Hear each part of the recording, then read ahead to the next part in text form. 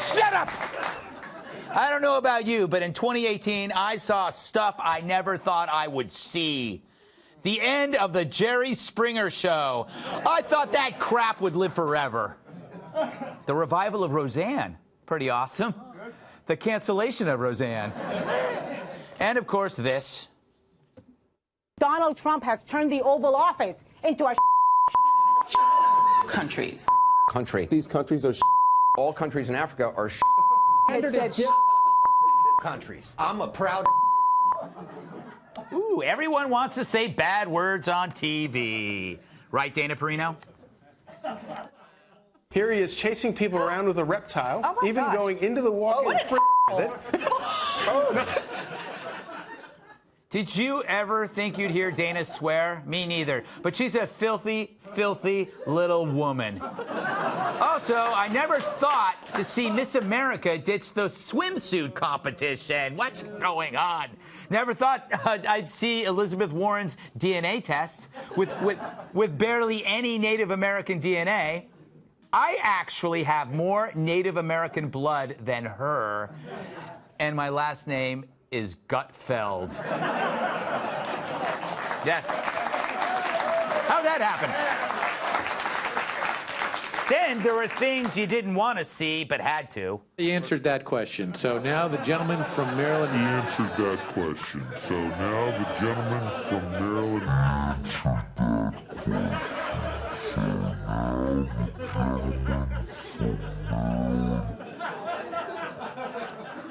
That reminds me of the time I sat on a vibrating nail. But if you had said to me like 10 years ago, one day the United States president is going to hold a summit with North Korea, I would have laughed so hard, one would have come out my ass. And then you'd go, oh, by the way, that president's going to be Donald Trump. But it happened. They met. They had a nice chat. The media both harumphed and poo-pooed it. But why? No one launched a nuke, right? That's kind of a net gain in my book. And since the meeting, Kim's written some letters to Trump, and Trump says he's in love.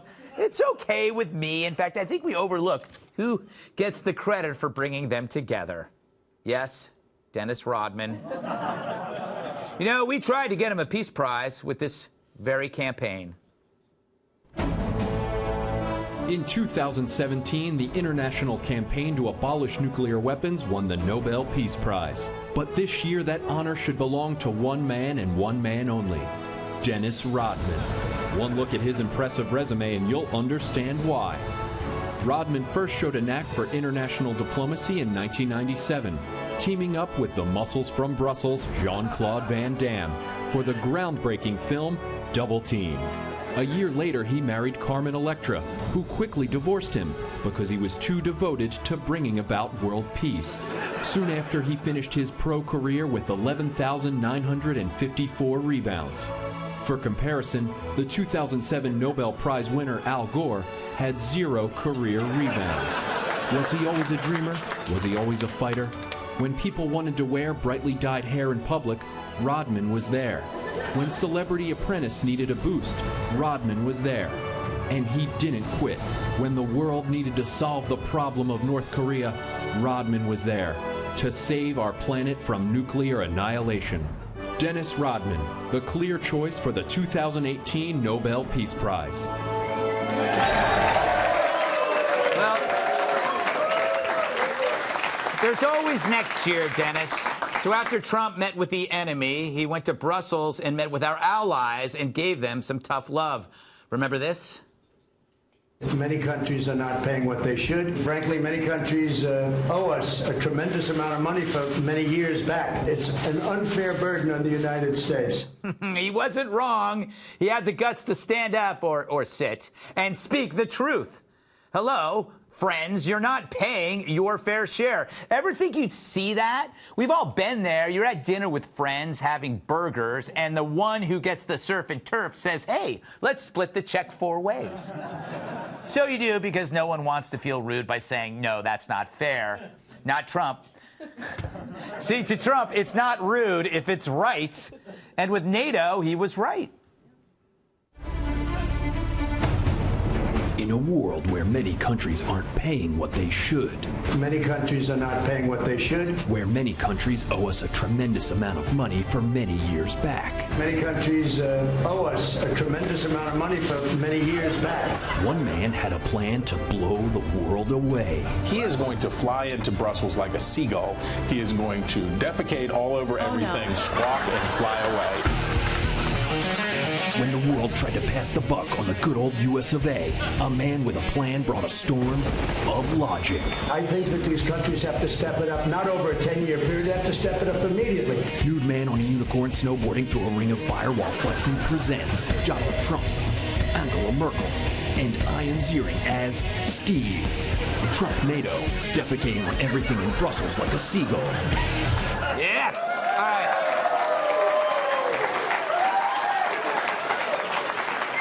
That's not all. Here's President Trump in the Oval Office with Kanye. Here's Trump with the Queen of England. Never thought I'd see that. Ever think you'd see the Dow hit 25,000? It happened. Well, for a little bit anyway. I don't know where it is now, and I'm not looking. Elon Musk sent his car into space. Sean Penn wrote a lousy novel, which wasn't thrilling. But listening to Lou Dobbs read it was. Page 94. Silly questions of Cherry's save serve to sever any last impression Bob might have had of Spurley as a serious citizen. Page 125. There is pride to be had where the prejudicial is practiced with precision in the trenchant triage of tactile terminations. Alliteration is so sexy when it comes from Lou. They changed up my box of animal crackers. John Boehner became an advocate for pot. And we heard a whale that can speak English, supposedly. Here's the trainer telling the whale to say 1, 2. You decide. 1, 2.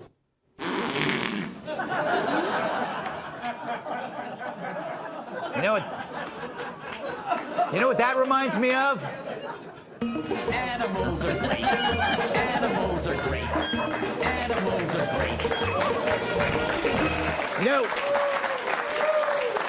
some amazing stuff happened in 2018. I'm a little sorry to see the year end. But then again, 2019 could be even more awesome, but not as awesome as this. He answered that question. So now the gentleman from Maryland. He answered that question. So now the gentleman from Maryland.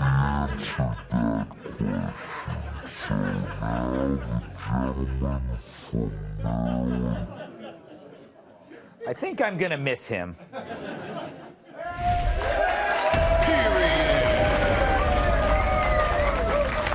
Let's welcome tonight's guest.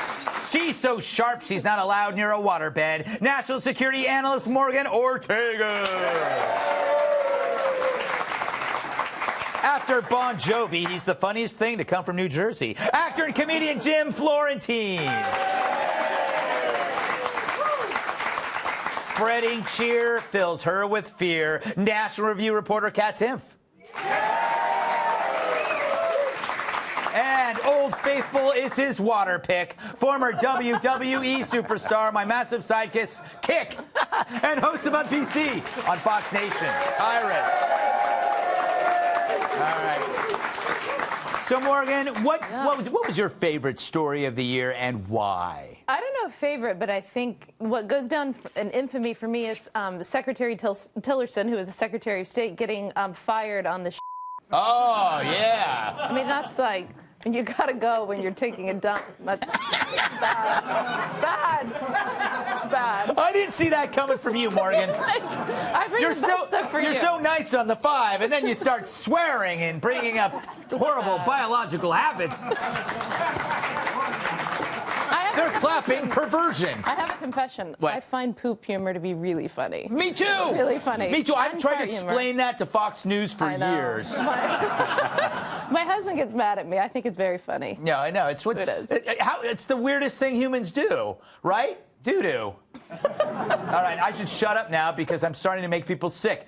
Jim, what did you find humorous or interesting or exciting about this year? I love the Bush funeral when Trump, of course, had to show up just to meet the Obamas and just that handshake with Michelle and then Barack, and you know they wanted nothing to do with him. The Clintons wouldn't even look over.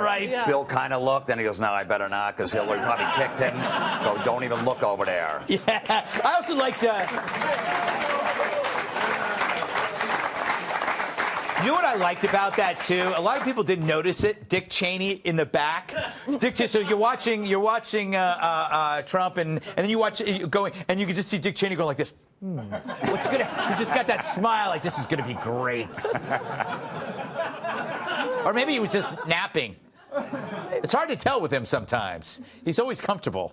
I'm going to shut up now. Cats, what a year. Any thoughts about what you thought was extra special or unusual?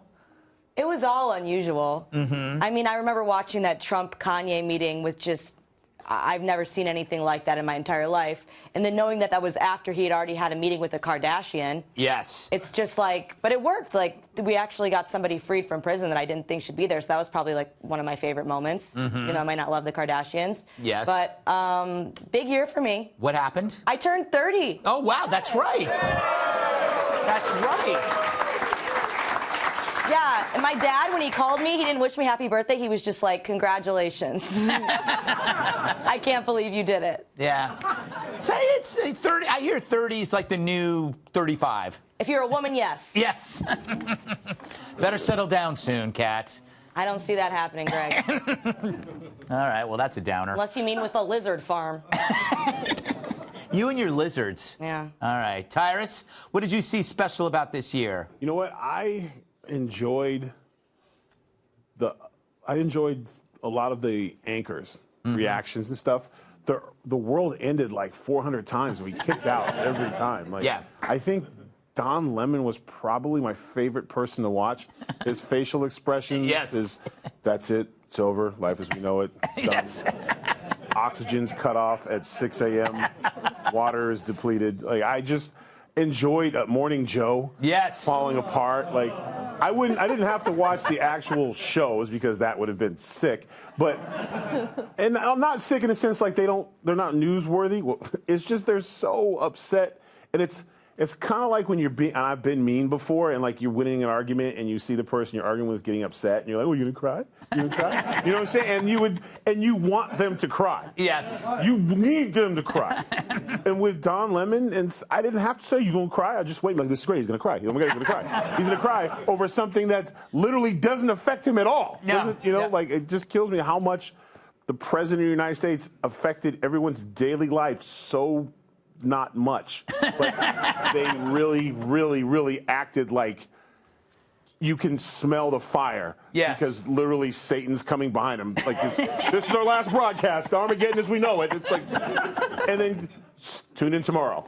You know, what you're saying is that's what I had. I had the contrast between the media reaction and the lack of impact on your life. Yeah. Like your daily life, everything is kind of pretty good, but the media is acting like it's Armageddon, and it's constant. And I will say Trump has responsibility for this because he packed 7 years of news into 1 year.